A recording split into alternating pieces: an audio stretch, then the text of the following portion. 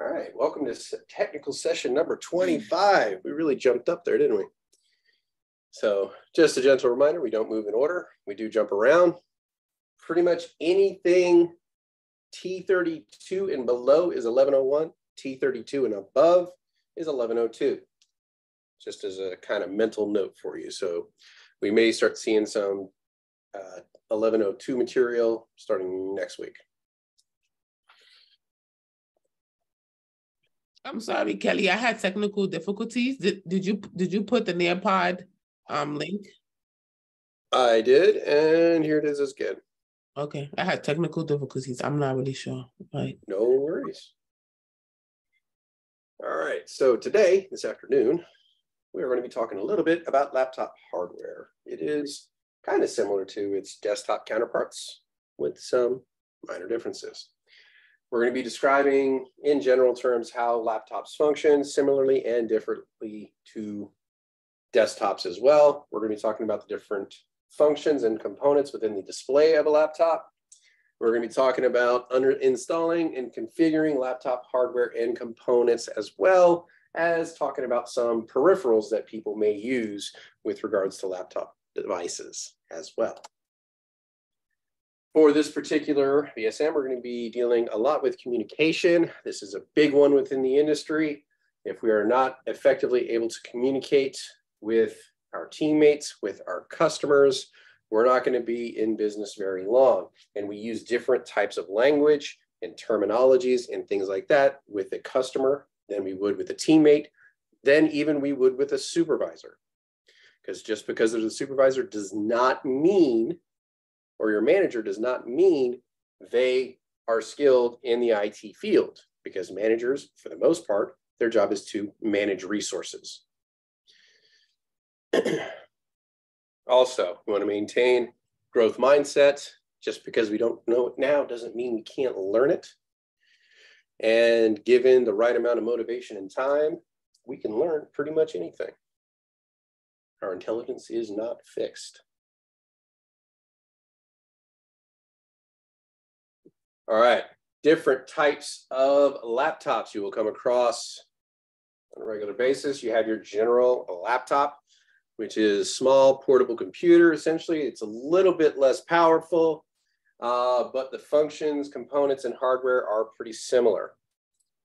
You'll get into notebooks after that. They are similar to the laptop without the integrated optical drives, although the optical drives are kind of going by the wayside anyway, regardless, even in the laptop community. It's generally a lighter, more portable version, and it does not have as extensive a cooling capacity due to the processing being significantly lower. Next, you have netbooks, which are significantly smaller in size, and they're basically built for web surfing. You know, your MacBook Airs, things like that. Very low consumption of power. Also, you have your Chromebooks. They can look very, very similar to laptops, but run a Linux-based Chrome operating system. Super fast for internet and streaming, and it also can run some Android apps, but does not have the storage and or processing power of your standard laptops. And then finally, tablet PC, which is essentially a touchscreen computer that can work with a keyboard as a laptop or independently as a tablet. Some of them, the keyboard detaches. Some of them, it twists and folds and sits behind it. So just basic categories of laptops that you'll see on a regular basis. Laptops versus desktops. What's the difference other than the obvious? Laptops are far more portable, so you can take them with you. You can work with them at your desk, or if you get tired of that, you can move to the couch. Desktop PCs, not so much. However, they tend to cost a little bit less than their laptop counterparts. We're talking, you know, same processing powers, things like that. Built in on laptops, for the most part, they have wireless options, Wi-Fi, airplane, Bluetooth, GPS, all that stuff. Some desktops do, but not all, especially around this time. Usually you would have to install a Wi-Fi card or something like that in the back to allow it to have Wi-Fi capabilities, though more and more, if you buy a thick client off the shelf, it'll come with built-in Wi-Fi capabilities.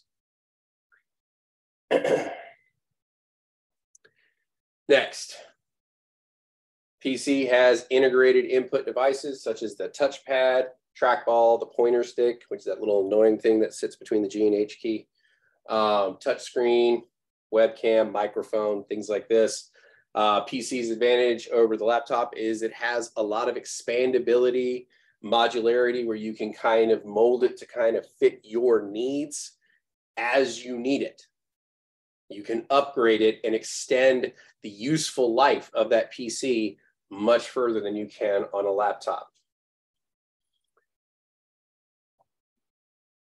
Keyboards on the laptops have special function keys, although some of the smaller keyboards on desktops may also have these. PCs, they don't have battery limits because they don't have batteries. So they tend to be, you're plugged in, you're stationary, so you tend to be pretty good. Although it is recommended to have that uninterruptible power supply plugged in case you lose power. PCs have a drop hazard, or excuse me, laptops have a drop hazard, not PCs. So laptops have a drop hazard because people tend to pick them up and carry them from place to place.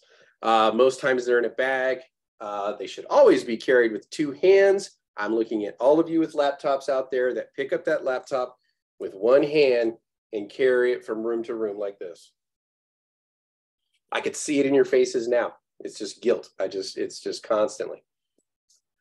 Over time, that warps the frame. It can damage the laptop and actually cause it to break because the components weren't meant to flex. Two hands. Carry it flat. All right. It's easier to lose or get stolen. Laptops.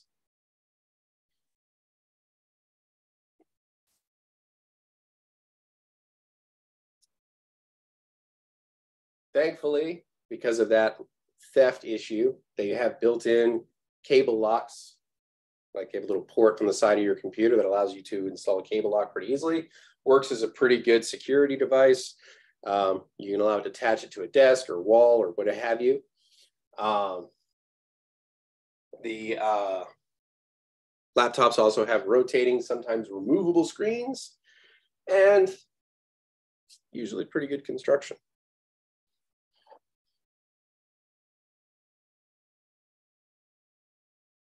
Components. They typically have a lot of the same components.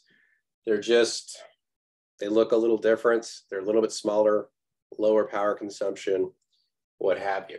So it has a motherboard, but unlike the motherboards in lap or in desktops where they're pretty standardized, we have the ATX, the micro ATX, the mini ATX, and they tend to have a pretty standardized shape.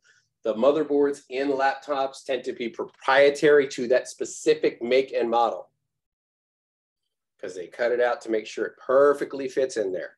And sometimes they have to be combined with what's called a daughter board, which is a secondary motherboard that goes in the laptop to help improve its functionality. The CPU in a desktop is usually put in and secured with that fun little ZIF mechanism, all that. In a laptop, it's usually soldered onto the motherboard, so it cannot be removed. What you buy is what you get. Heat sinks, they do utilize these in laptops, but they are of much smaller size, which brings you to the reason why they have to use lower power so they don't generate as much heat. And also it is far more critical on the laptop that all the air ports on the device, the vents, are clear, free of debris. And though it says laptop, it does not mean put it on your lap, because you put it on your lap, you're basically suffocating your laptop.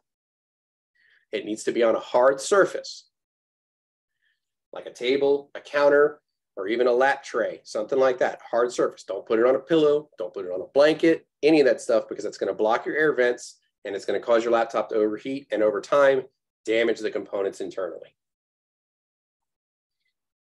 That concludes our PSA for this lesson. All right, next, You got hard drives.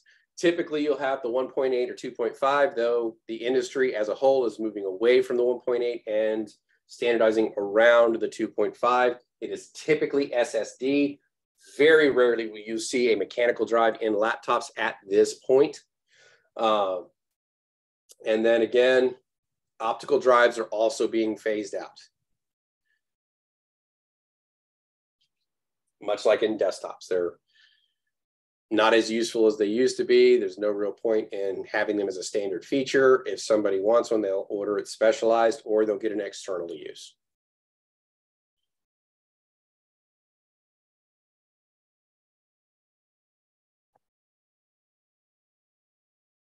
Perfect. All right. Some specialized hardware you may come across for laptops. Docking stations or port forwarders, an express card, batteries, power adapters, cable locks, biometric authentication.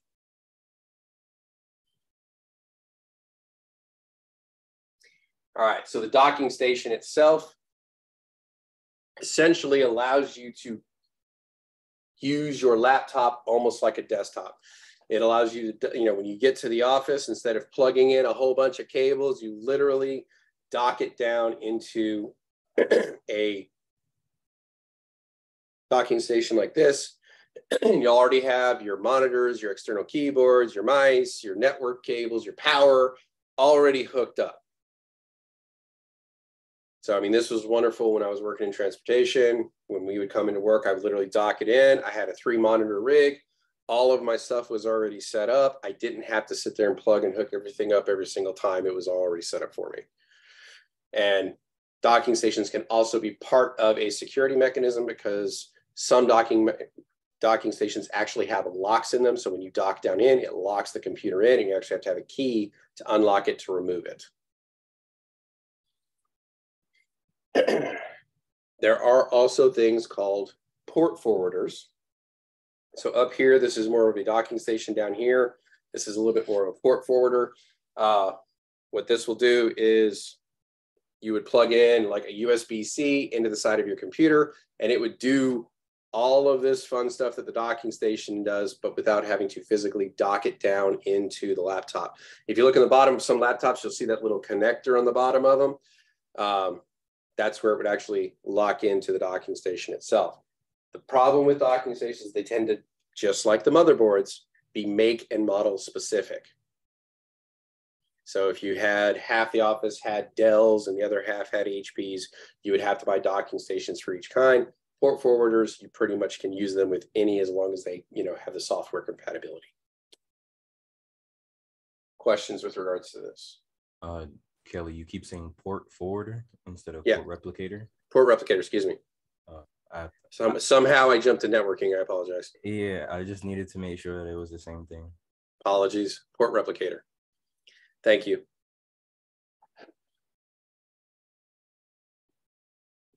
Jump to networking. All right. So we did mention these, I think late last week, the PCMCIA cards, or Personal Computer Memory Card International Association. They have these 2 types of cards like this. They would go in these little slots on the side of your computer. They can add a bunch of extra functionality. It can be more memory. It could be FireWire. It could be USB adapters. It could be sound cards, TV tuners, a whole bunch of different stuff through these external ports. It was a quick and easy way to kind of upgrade them. Again, these are still kind of, legacy technology that's kind of working its way out, but it's one that you still may see in the wild from time to time. 2 sizes, they had the 54 millimeter and the 34, but they both could go into the same card slots. And there's 2 here, so you could actually use 2. It's not 1. So it's like an external expansion port? Yeah, pretty much? Basically, okay. Yes. And it's a PCMCIA.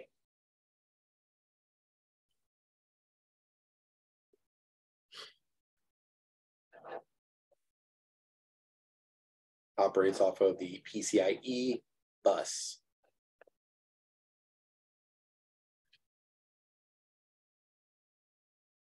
All right, hardware batteries. Now, this is not really the case nowadays, but go back about 5–10 years, and the batteries easily, with the push of a tab, would snap out of a laptop, and you could put another one in there if you wanted to.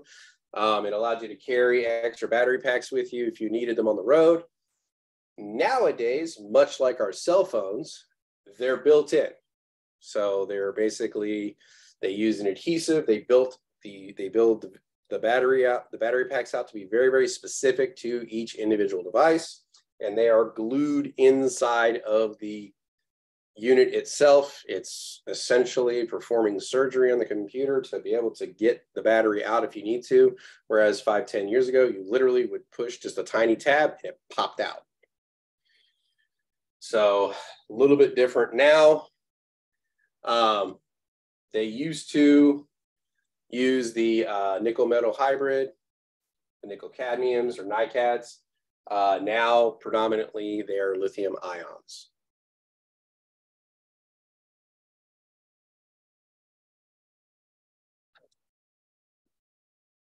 Almost strictly at this point. Questions on this?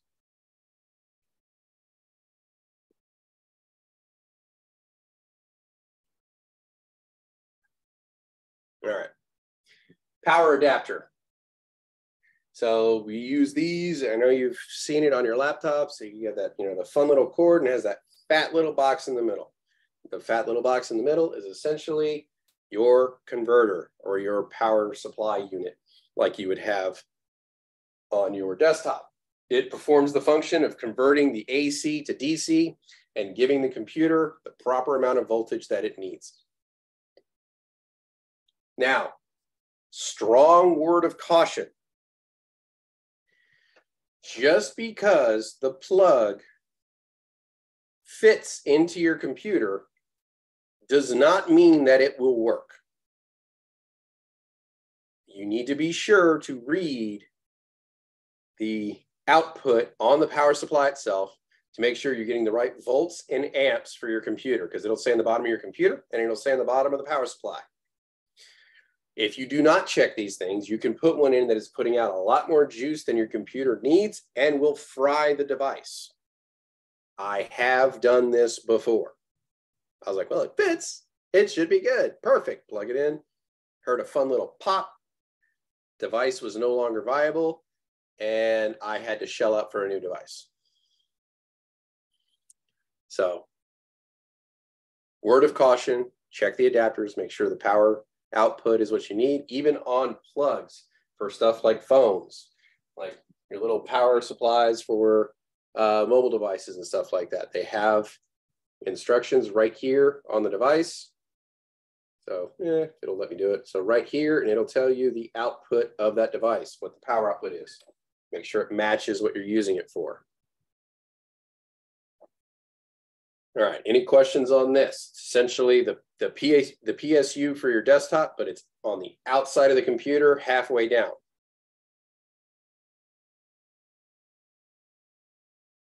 The nice thing is, if you're plugging into a DC unit, like we used to call them cigarette lighters in cars, but they're now called power ports or whatever. So if you're plugging into one of those put out DC power already, so you don't need the power converter, so it tends to be just a straight cable,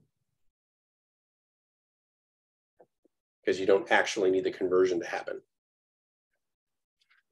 So you'll see things like that for use in cars. Sometimes on airplanes, they still have them. Things like that. Questions so far?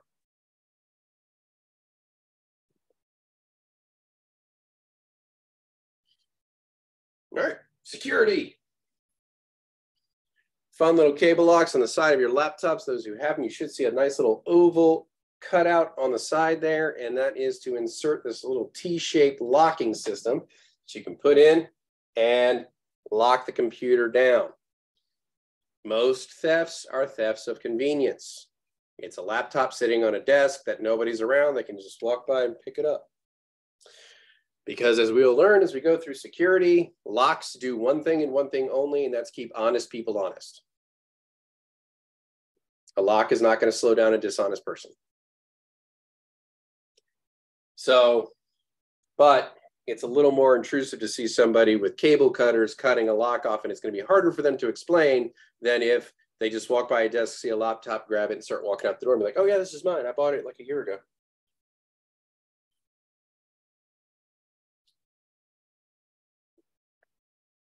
All right.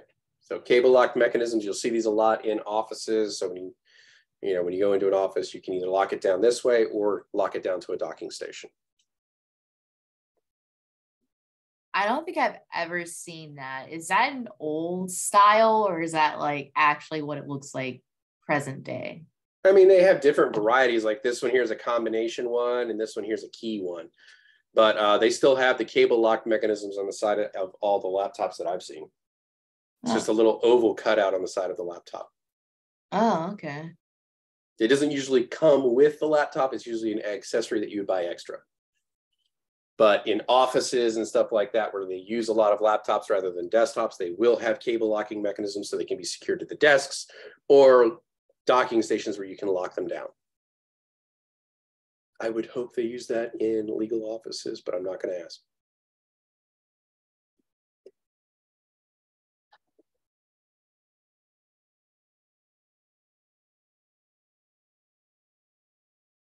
All right.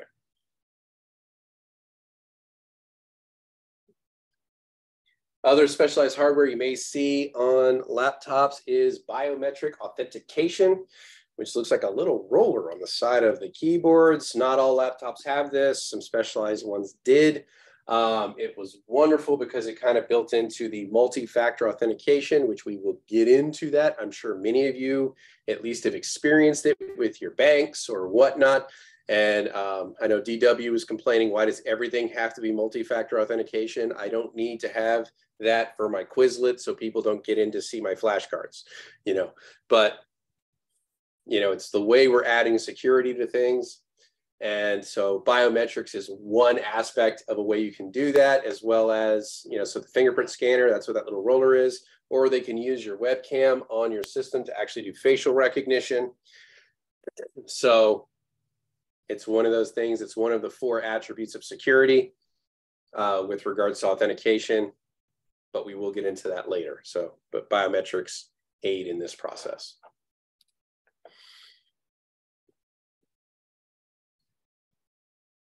All right, physical ports on your laptop.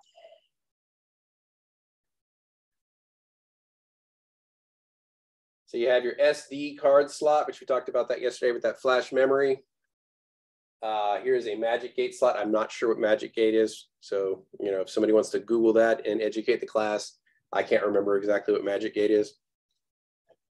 I thought it was a card game or something, but not really. You have your RJ45 Ethernet port. This one actually has a VGA port, so this would be an extremely old laptop. You don't typically see this on laptops anymore. You may, on occasion, see one with a DVI, but it's typically on the back. Has 2 USB 3.0s. There's an HDMI built into this one. And then you got a USB 2.0, but typically that one is replaced with a C at this point. And then you have your DC jack for your power in. The other side, they have their optical drive, which again, legacy, this is kind of phasing out. You don't typically see this anymore. You have your audio jacks, and there's that little oval we were talking about right there with the cable lock. This one does not have a PCMCIA slot available on it, but we pointed that out on the previous one. Did anybody catch what a Magic Jack was? Or Magic Gate? Jack or Magic Gate? Magic Gate. So the first hit that you get is like a pet gate to stop your pets from like climbing the stairs or getting outside. Awesome. And I just stopped researching after that because I just found it. It's an old like Sony version of an SD card. Okay, thank you. So exceedingly rare to see that. Hank had a question about megabytes, but I'm not sure about what he's asking for the megabytes. Fairly recent past or history, it was once 16. I think he wants to know what's the standard amount of gigabytes in a laptop. What gigabytes for what? For storage? I guess your average would probably be 500. For RAM or for storage? 512 is Storage. probably Okay. 512. Yeah, 512 is probably average, I would say. And then you probably have about eight gigs of RAM. Yeah, but that's not megabytes. That would be gigabytes, no? Yeah, that's what I said. 500 gigs of RAM, or excuse me, 500 gigs of storage and about 8 of RAM. Yeah. Standard. Well, I would say that would be average for like an average up-to-date laptop. Yeah, it's like 8. I'm typing it in the chat. You can keep going. I'm sorry, Cody. No worries. All right, Mac physical ports. Since they want to be different, they have the MagSafe power port, which has saved Allison's laptop more often than not, because you get up, you forget to unplug it, you walk away, and then it just disconnects, which is great. Versus the old AC adapter where it's firmly plugged in, you walk away and you get yanked back, and it can run the risk of damaging the actual physical port, which has happened before. And then we have our RJ45 network connection right here. This one actually has FireWire on it, which they have phased this out at this point in lieu of the Thunderbolt. So they don't typically use the FireWire anymore. So we have the Thunderbolt. Does anybody remember what the Thunderbolt is? What kind of combination of technology is that? Like lightning fast. Audio video. It is audio video. PCIe and I can't remember what the other one is. The display port? Yes. Okay. PCIe and DisplayPort. It's the combination of those two technologies into a single cable. So Thunderbolt is becoming very, very popular nowadays. Although I think the mini Thunderbolts. Wait, it's a combo between DisplayPort and what else? PCIe. Okay, thank you. So I think the mini Thunderbolt port is actually like a USB-C port at this point. So they have one that looks like a DisplayPort, and then they have one that looks like a USB-C, I believe.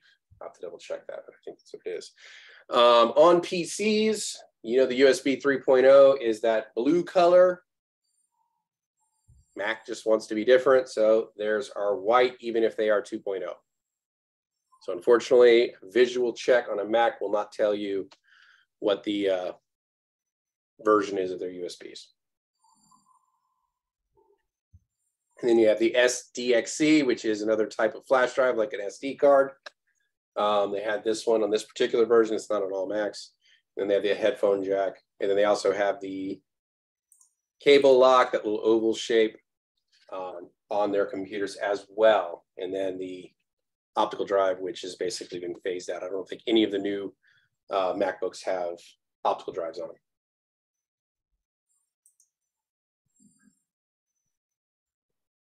Questions on this? I have a question. Why don't they, the Macs have a CD player anymore or a DVD port? Well, much like PCs are kind of phasing them out too, because a lot of the programs we're using are bigger than those the DVDs or whatever can store. So they're using flash drives, you know, like little thumb drives like this. You plug them in, they have much higher storage, they're faster, and they're significantly less cumbersome with regards to the footprint that they take up inside the computer. Thank you. So it takes up less real estate, essentially, and it's faster.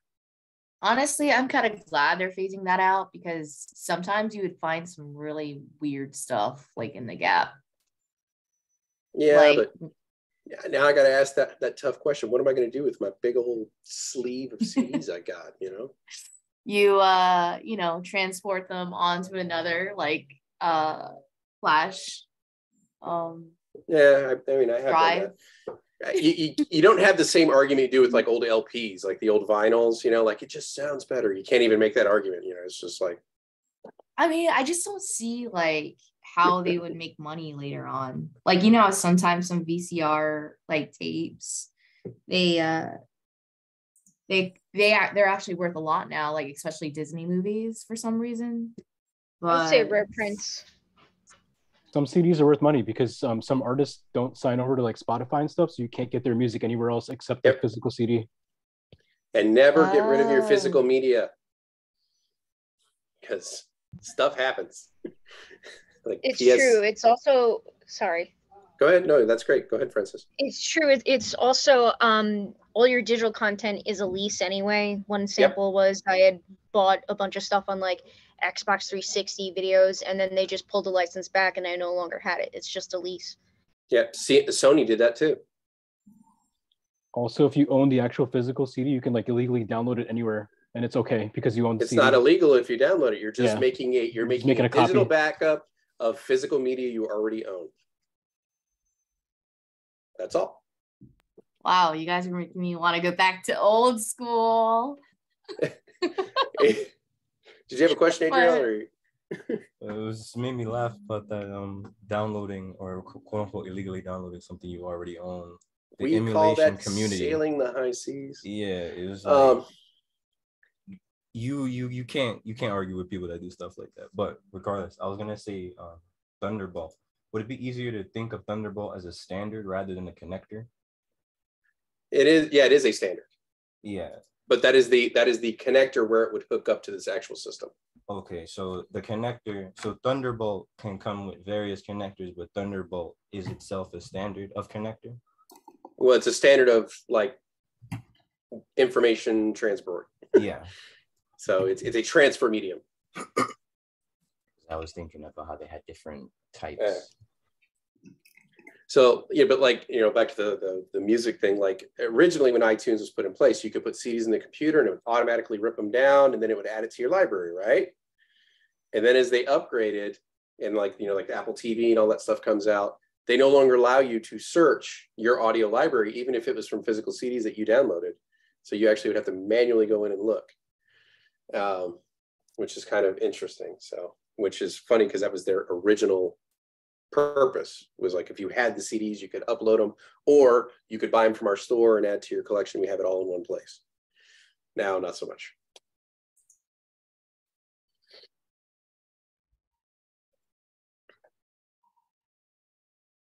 In any case, I'll stop harping on Apple for a little.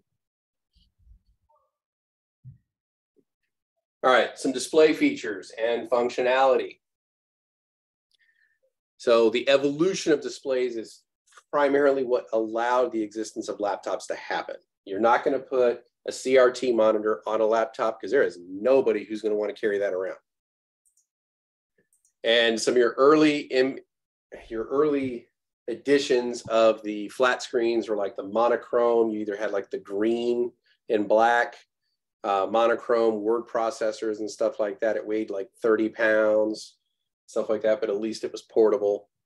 But then we've evolved over time. Now we're into the LCD, OLEDs, LEDs, all that, really making it possible and making it lightweight, portable, and much more usable.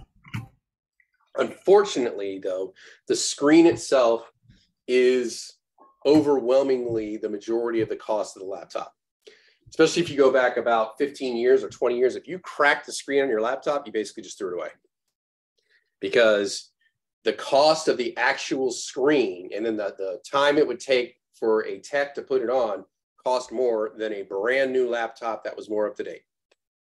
So basically, you would just try to get all of your information off of the machine if you could see behind the cracks and stuff like that, pull all your info off, and then upload it to a new machine later. Not as bad nowadays, but still pretty bad. The majority of the cost still goes into the screen itself. But in the screen, there are multiple components. So you have the actual LCD screen itself. It says inverter, but if I see inverter, what is my instant assumption?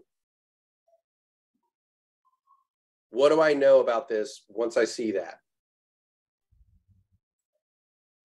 It's DC to AC. Yep, that does DC to AC, but what does it tell me about the screen I'm working on? DCFL. CCFL, right there. It's got a CCFL backlight. Because that's the only reason you would have an inverter in there. Very rare to see that at this point because almost all have converted to LEDs for the backlights. But again, in rare instances, you may have come across this in the wild. So LEDs don't need inverters? Nope, LEDs operate off of DC current. Gotcha. So they don't need that like CCFL require the alternating current to be able to function. All right, some have that digitizer, especially if you got a touchscreen. As we have built-in Wi-Fi to all of our laptops, we have to have the antenna, and the best place to put the antenna is as high up as you can get. The highest point in a laptop is typically the monitor. So you have the antenna that runs from the motherboard itself all the way up through the crease, up around the laptop itself. And then, as per usual, you have the built-in webcam and microphone. Questions on that? Now, if I'm doing any kind of repairs on a display for a laptop, the most common piece that breaks, in fact, it's very hard not to break it, is a piece called the bezel. And it is this little angled plastic piece that goes around your monitor. It's very difficult to get that off without breaking it. It's very fragile. So whenever you're doing any repairs on a display, that is typically the piece that's going to break. I say this because that is a question that you will be asked.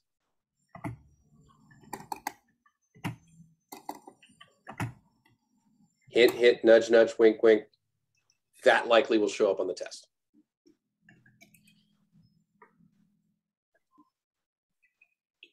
Can you say that? Right. Can you say that again?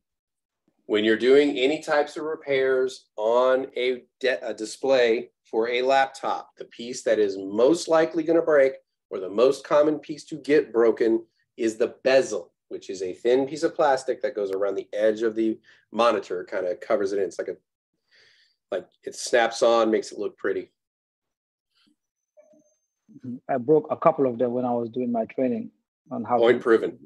How to remove a laptop screen. Yep. They're very, very fragile. Yes, Brianna. You said it's called the bezel? Bezel, yes. Bezel, okay. And that's the clear, it's a clear screen that goes on top of the monitor? No, it's not a clear screen. It's a thin plastic piece that's like the frame for your laptop. It's kind of like a cover to make it look pretty, so you're not looking at the edges of the LCD itself. It should be on your phones too. Well, it depends on what version. Depends on the version of your phone. Mine does not have a bezel. It has the... Okay. Now I know that you're making good money. All right.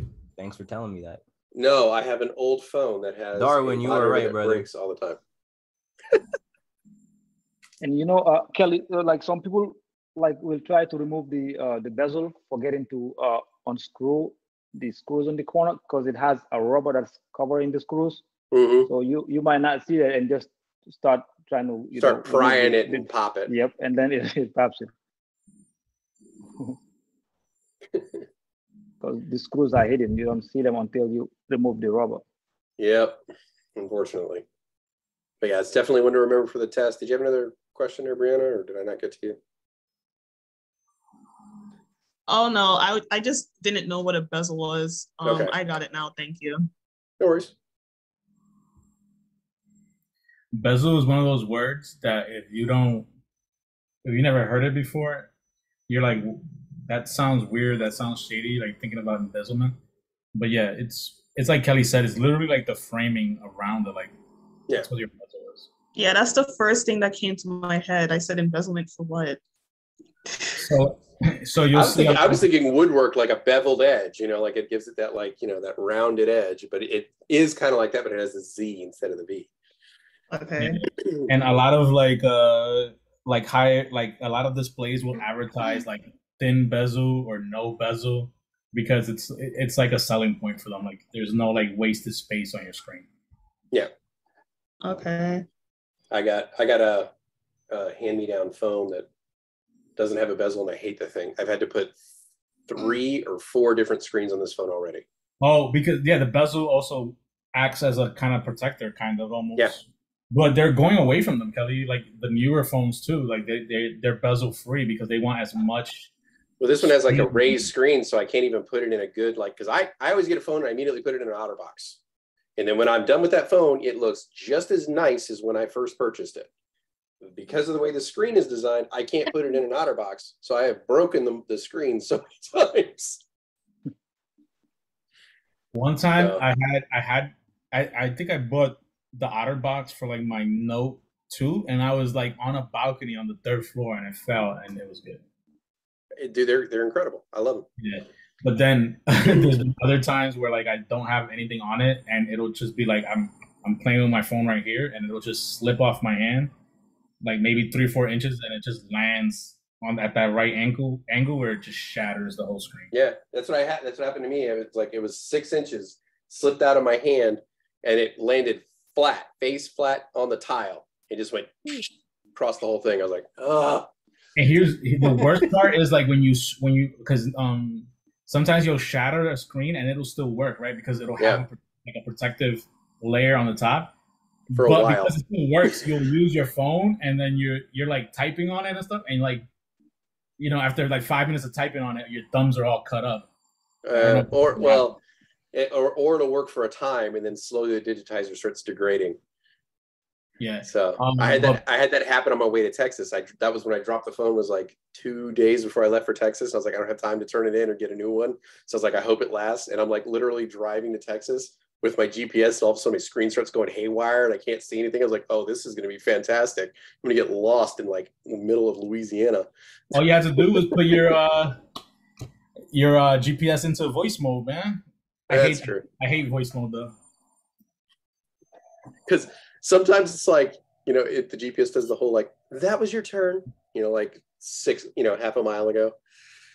Anyway, sorry. Moving on. All right, some other display features. Most laptops generally have screens between 10 and 17 inches. Some gaming laptops will get up there in the 22 range. Much beyond that, it gets a little obscene, kind of like the 10-inch phablet phones, that's like the size of somebody's head. At a certain point, it gets a little bit too big or not as portable. But 10 to 17 seems to be the sweet spot. Gaming PCs tend to get up to about 22. Aspect ratio, you don't really need to know that, but it's either 16:9 or 16:10. Most common display technologies, LCD, and that's where that CCFL comes in. But again, those are pretty much being phased out, but it's not outside the realm of possibilities that you might see one. Twisted pneumatic has that lower power consumption, faster response. You will see those on the gaming PCs. IPS or in-plane switching. Now we have the VAs or vertical alignments. So you'll see those nowadays. And then the all new fancy OLEDs. Man, now they got those. I have a curved screen, but now those, like, they have the rolling ones. Kelly, have you seen those? Yeah, the OLEDs that roll. Where it's a big ass box, right? And it just looks like a TV stand, and then you turn on your TV and the screen rolls out of it. It's so cool, but it's like 10 grand. Yeah, there you go. I have seen like some of the ones where they'll make like a bracer for your arm. It just sits over your forearm, like it wraps around it, and it's like a screen on your forearm, and you can type on it and stuff. So I mean, there's a lot of really cool stuff that they're playing around with. Like I wear my my Apple Watch like 20 hours a day, literally. Like I only take it off to like do the dishes. Like whenever I'm doing something with water, I take it off. And it's just like, I'm using this thing so much. I'm like, what are the implications going to be 20 years from now? Like, is that going to cause me harm in some way? Like, I don't know. Well, I imagine at some point your doctor will just call like, Darwin, you have an undiagnosed heart condition. Your watch alerted us of this. Can you please come in next week so we can talk to you about it? Yeah. I mean, those are like the good things about it. Like I use it a lot for fitness tracking, and those kind of things. Even just like when I go out on walks, I don't want to carry my phone with me. So I just go with my watch, and it's pretty cool. But like I mean, like, you know, those things are shooting they're shooting light into your body at all times. So it's just like, it's like one of those like things in the back of my mind sometimes. Well, I mean, it's like the discussion with, you know, like every time a new cell phone technology comes out, like it causes cancer, like every single time. I remember it all the way back in the 90s when they're talking about it. It's just every single time it comes out. Well, that goes back to when they started with radio towers and they were actually transmitting microwave. And that was, well, yeah, because that would nuke your insides. yeah, literally. but they were telling people that it wasn't, you know, so that's where all that, people remember that and they're like, oh no, well. Yeah, that was like, if you touched one of those antennas when it was all going off, you had serious problems after that. Yeah. Yes, scaling. Yes. Hey, Kelly. Can we just go back to the last page just real quick so I can get a screenshot, just real quick? Yes, sir.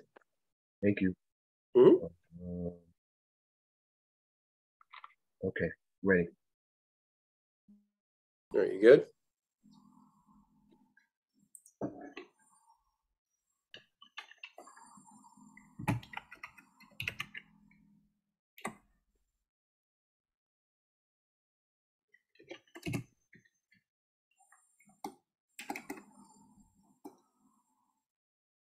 All right, so display features, we talked about the inverter. If you have an inverter in there, obviously it's a CCFL. It has to convert back from DC to AC for it to function. Something that is being phased out. We don't need to necessarily worry about it, but on occasion you may see it in the wild. The digitizer, and that is what allows you to be able to draw on or write on a screen manually or whatnot. These are being integrated more and more and more. They tried to really integrate them into desktops, but it doesn't really work for a desktop because it takes less effort to flick your wrist on a mouse than it is to constantly keep reaching up and touching your screen. So you do that instead of having a mouse for a longer period of time, your shoulders are going to get tired. You're like, man, this is just, I'm going to go buy a mouse. It's just far more efficient. So it was one of those technologies that didn't really take off, although they do have the CPU desks, which are pretty amazing, and that actually makes sense. But on a laptop, the touchscreens really do add functionality because it's not as much of a reach generally as it would be for a desktop.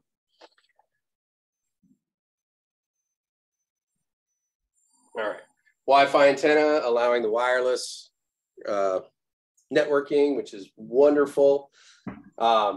The wire comes through the clamshell, goes up around the entire monitor as we had talked about, so that you get much better improved reception. Runs down the display. If you're typically going into a display device to repair something or fix something, it's usually going to be that Wi-Fi antenna. It may come unhooked or damaged or somehow because somebody was carrying it one-handed through the house, not pointing at anybody here, just kind of, throwing it out there. So the wire can get pinched or damaged in the clamshell if the case flexes or something like that. Also, you have your webcam and microphone. As we are now in predominantly a virtual world, as we all are here. I never thought I would be in a position to work from home, but here I am. And many of you will be as well when you get into the environment. Webcam and microphones, huge aspect of this. Care and maintenance of our LCDs. Please do not spray Windex on your display.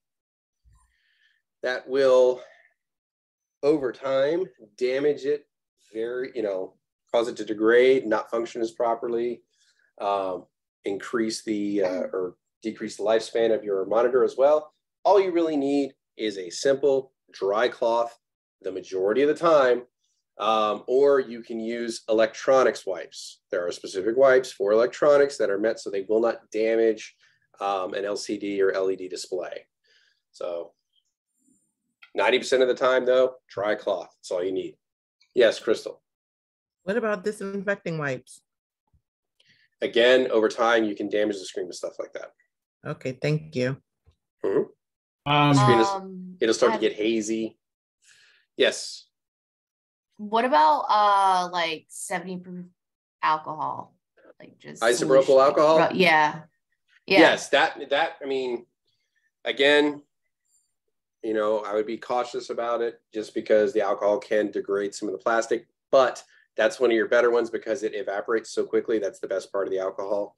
That's why you use them on, you know, normal glass tin and stuff like that. But again, I encourage you to go more towards just getting some electronics wipes. They're pretty inexpensive, and just have a pack of them in case your monitor gets something on it that doesn't come off with a dry cloth. You know, like your kid comes running in and flings food up on it or something, or one of your coworkers comes by and is forever touching the, you know, the screen of your, you know, computer, like, yeah, click here, you know, and then you got to get the fingerprints off. You know, have a small pack of electronics wipes, not expensive, and they're meant not to damage the screen. I learned what you're talking about the hard way, Kelly. I used to have all my video games in like CD or DVD forms. Mm-hmm. And my sister, I have a younger sister, and she would always touch my stuff. So, you know, she would get them all messy. You know, the Dreamcast wouldn't read her dirty fingerprint. So I went and got Windex because, you know, you use Windex to clean all these other things. Right? I would put Windex on a paper towel and wipe them. Oh. It strips all of it off of it. Yeah. Right? Yeah. I think Dreamcast was CDs though. Like there were still CDs. It wasn't DVD yet. But it was stripped. And it's that protective coating gets ripped off. Yeah. Yeah, dude. It would like they would go from like having a hard time to like just completely done. Yep. And then so and you magnify going, I need more Windex. Kind of, but no, I figured out that something was wrong, right? Because they just never came back. So then I would go on, they would sell CD cleaning kits, and it's kind of like what Kayla was talking about, just like, but it was basically just alcohol. And then that's what it was.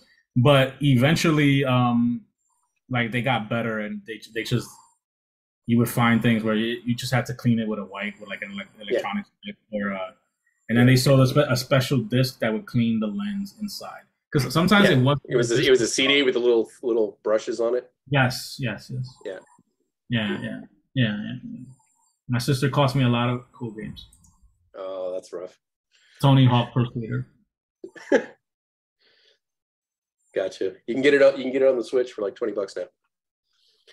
I think I got it for free on my Xbox. There you go. Well, not for free. I have a streaming service. Okay. If you have the Xbox, whatever, there's the Microsoft one, yeah. Yeah. You don't even need to have an Xbox for that. You can do that on a PC. You could do it on. You don't even need a PC. You could do it on your phone. Some of them run on your phone. Okay, I didn't know that. There you go. Your Surface or whatever. Yeah. Ninja. You know what? Still bond. Quick question. So, what about TV screens? Same thing. Same thing, right? Electronic wipes. Don't use bleach wipes. Don't use Windex. None of that stuff. Electronics wipes or a dry cloth. 99% of the time, a dry cloth will get you there. That's all you need. You just a microfiber cloth, nothing abrasive. You know, you get like all the dust off, and it works beautifully. But yeah, electronics wipes or dry cloth. That's your care and maintenance. What were you saying, Casey? Yeah, I was just saying, like, it's getting crazy. Like, my fiance was looking into a gaming like phone, and seriously, that thing gets so hot, and it's just crazy how like you can play games on like pretty much any device now. It's ridiculous, and like I just would not want to play on anything that you touch because of the smears that you have all over your fingers. Like that's another thing. Like we were just talking about that. I use like a legit like stylus because it's, I don't know, it's just gross. So I clean my devices with alcohol wipes. I know it's bad, but what you need is just get electronics wipes, and they have the phone soap thing where it's like that little box that you put your phone in, and it barrages it with UV light and kills all the bugs. Yeah. Those are inexpensive too. So just a thought. Just don't stick your hand in it. You get a little bit of a tan. Yeah, I guess. So dry cloth, no harsh chemicals. If you're cleaning out a keyboard, trackball, touchpad, all that stuff, the trackball, you may need to actually take it apart and actually physically clean it with a cloth or something like that, because As we talked about before, dead skin tends to accumulate. It cakes up on the sensors. You know, we shed. It is what it is. But the keyboard, for the most part, can be blown out with compressed air. They also have this like slime stuff that you can get that you kind of put on there and you pull it off and it kind of just grabs up all the dust and pulls it out. They use it for car care too. So, I mean, if you want to go that route, you can. But you want to make sure you're cleaning it, blowing out any of those air vents, make sure there's no dust and debris clogging your air vents, because that's how your PC breathes and we don't want it to, you know, overheat. If they're sticking, keyboard keys are sticking, you can go through the process of removing them, blowing out under the keys, wiping off, you know, the little connection pieces to clean out any unfortunate dried soda or coffee or whatever unpleasantness was spilled on the keyboard at that point.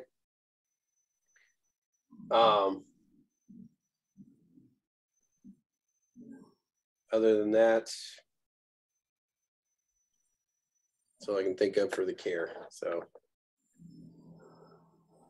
all right.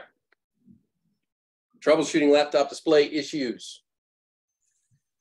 If you have a black ring around your picture, typically means you need to run it in a higher resolution. The resolution you're running in it is too low. Typically, monitors automatically run in what's called native resolution, which is the optimal resolution for that particular monitor you have hooked up. There is two-way communication typically between the monitor and the computer, and they auto figure out, you know, what's the best or optimal display type. If somebody has gone in and manually changed that, you may be running at a lower resolution than your monitor can handle, so you get that fun black ring around it.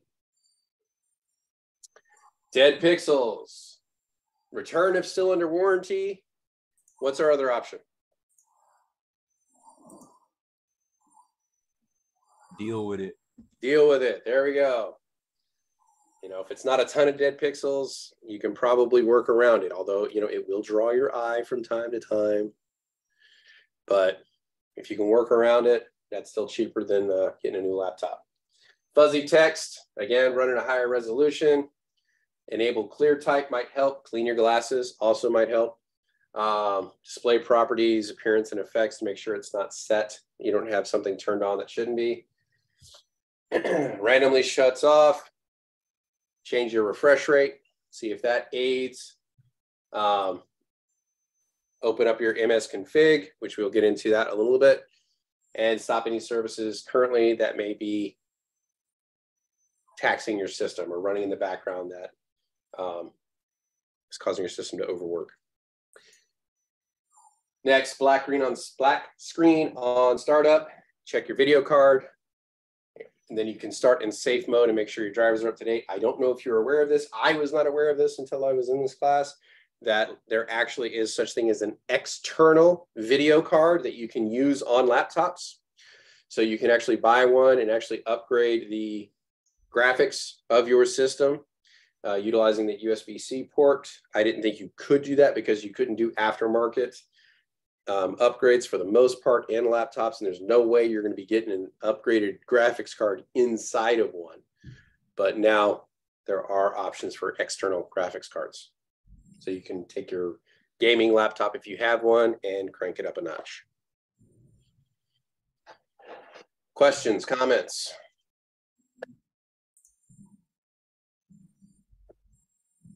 Yeah, actually, I totally forgot, but bugs can really ruin your component, like technology too.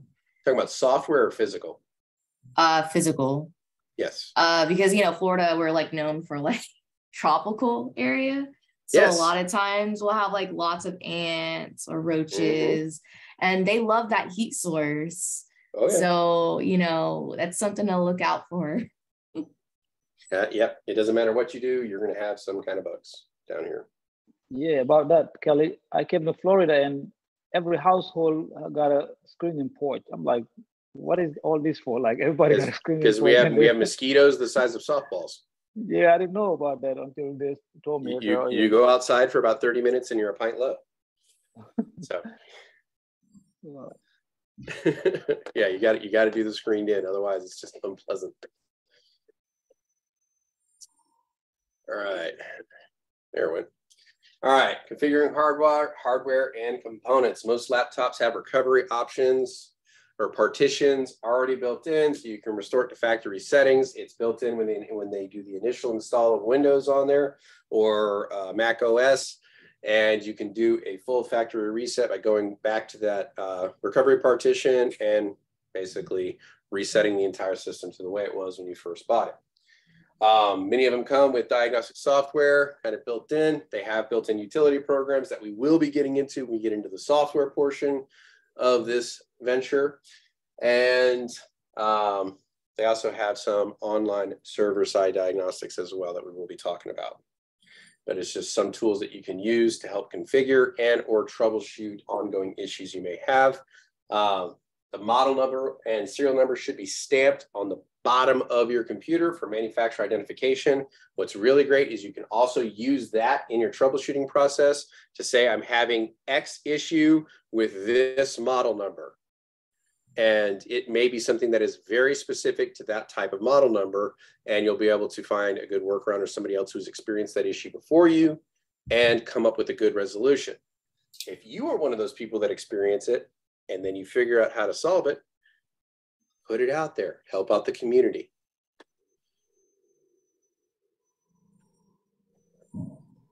That's how the community keeps continuing to grow and evolve, is each of us kind of, if we figure something out, share it with the others.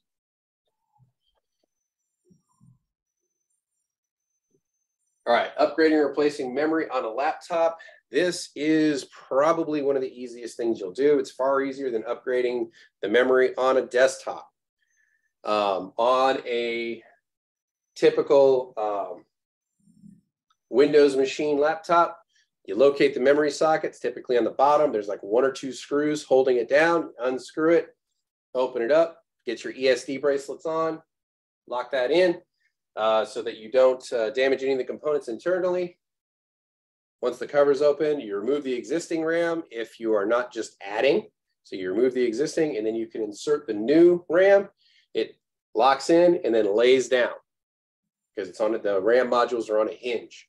So you'll push it in and it'll lock, it lays down, you put the cover back over, screw it down, all done. Likely we'll get it done under 5 minutes. Macs, very similar, except you don't even need a screwdriver. They have a little push button on the iMacs. A little push button panel that pops off. You remove any additional RAM if you don't want that. Put your RAM in, clips right back in place. Very quick and easy. Yes, Crystal. Hello. So this is an area that's very near and dear to my heart because I bought a laptop a couple of years ago. And before, at the time I was IT ignorant. And I say that because the laptop that I bought is really, really cute and it's pink and all this other good stuff.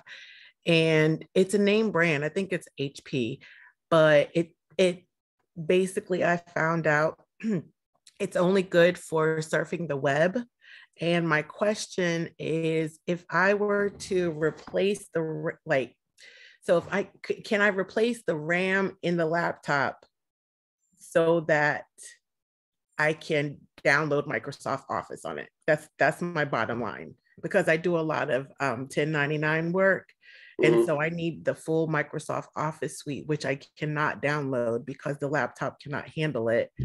Can it not handle it because of storage, or can it not handle it because of memory? Because if it's a memory issue, like all you should need is like a minimum of around 4 gigs of RAM to be able to handle Microsoft Office or Microsoft. Yeah. Like one of the operating systems.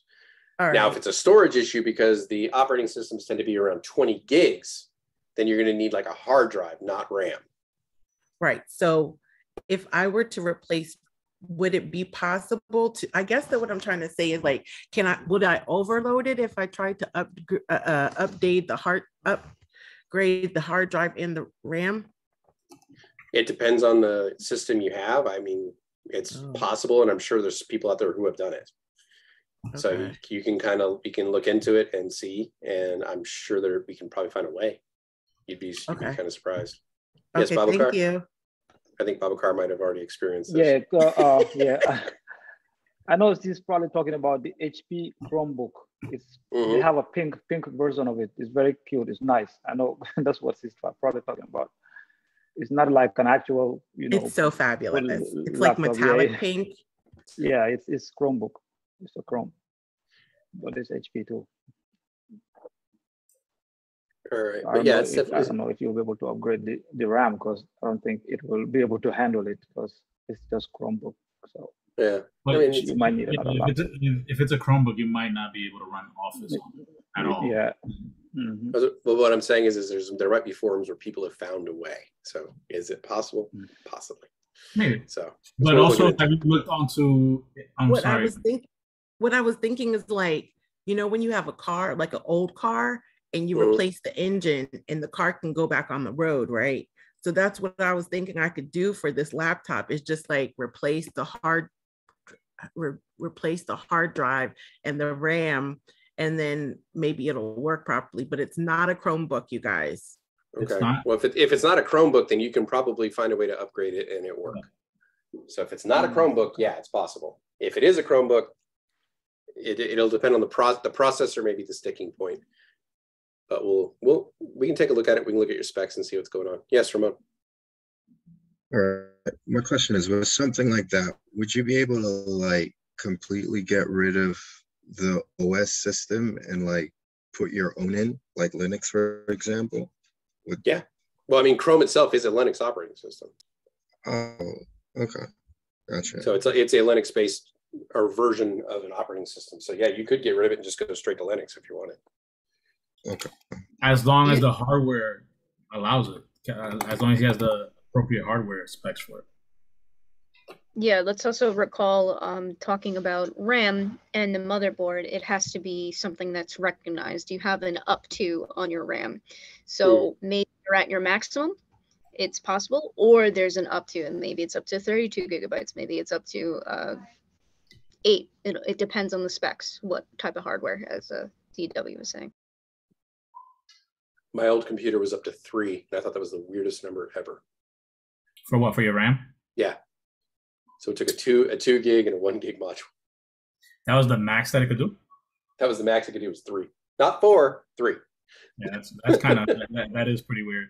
It was very weird. I was like, are you sure? Like, I'm watching a video. I'm like, well, like looking at it, I was like, that doesn't sound right. But yep, that's what it was. All right. Yeah.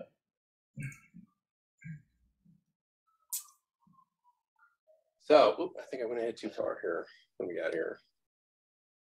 So upgrading, replacing a hard drive. Every laptop is different. Read your documentation. It'll kind of guide you through the steps to get to where the hard drive. Some of them may be easy, where it's just a little panel on the back that you open up and you have access to the hard drive. Some it may be the front panel. Some you may have to break down the entire laptop just to get to it. So read your documentation, see if that's something you want to kind of get involved in before you do it. Once that's done, you follow the steps it gives you, locate where the disk is set, disconnect it, remove the component, put the new one in, close it back up, enter the BIOS confirmation, the new driver is working, then install your operating system if needed. All right. For the most part, with any laptop upgrade, replacing, removing components, again, they're all unique. Use your documentation. Follow the steps for that, and then add in the safety procedures that we put into place here, using your ESD bracelets and stuff like that. And again, look into it, see if it's something you really want to get into, or if it's going to be too time consuming and it's worth just getting a new laptop. P&P means plug and play. So it's something you literally just plug it in and it starts working. That's P&P. And usually what that means is like its drivers are like already in your operating system packets. So at least the basics, so that you're ready to get up and running. Right. You don't have to go and download new drivers for it.